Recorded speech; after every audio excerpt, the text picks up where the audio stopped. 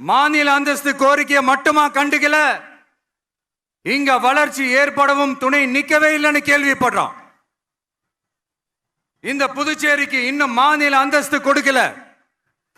மாநில அந்தஸ்து வேணும்னு கேட்டு பல முறை சட்டசபையில தீர்மானம் போட்டு ஒன்றிய அரசுக்கு அனுப்பி வச்சுக்கிட்டே இருக்கிறாங்க. இந்த வருஷம் கூட மார்ச் மாசம் 27ஆம் தேதி 2025 அன்னைக்கு ஒரு தீர்மானம் போட்டாங்க. அது மாநில அந்தஸ்து வேணும்னு கேட்டு ஒன்றிய அரசுக்கு அனுப்புற 16வது தீர்மானம்.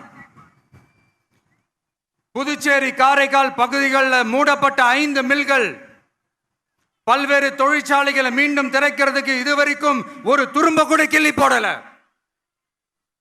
பல்லாயிரக்கணக்கான இளைஞர்களோட வேலை வாய்ப்புக்காக எதையுமே செய்யல. இங்க ஒரு ஐடி கம்பெனி உருவாகணும்ன்றது எண்ணமே இல்லை. அதை பத்தி யார் பேசினாலும் அது அவங்க காதல விழவே விழல. இங்க ஒரு அமைச்சரை ஊழல் குற்றச்சாட்டுல பதவி விட்டு நீக்கப்பட்டு அந்த இடத்துக்கு இன்னொருத்தரை நியமிச்சு 200 நாள் ஆச்சு. இன்னும் அவருக்கு ஒரு இலாக்காவே தரல.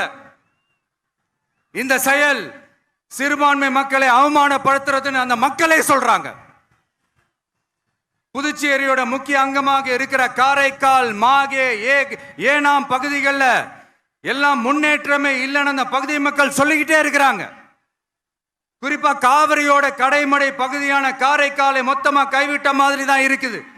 இது எல்லாமே முன்னேற்றம் அடையணும். டூரிஸ்ட் பிளேஸ் ஆன புதுச்சேரியில போதுமான அளவு பார்க்கிங் வசதி இல்லை, போதுமான அளவு கழிப்பறை வசதி இல்லை. இதெல்லாமே மேம்படுத்தணும்.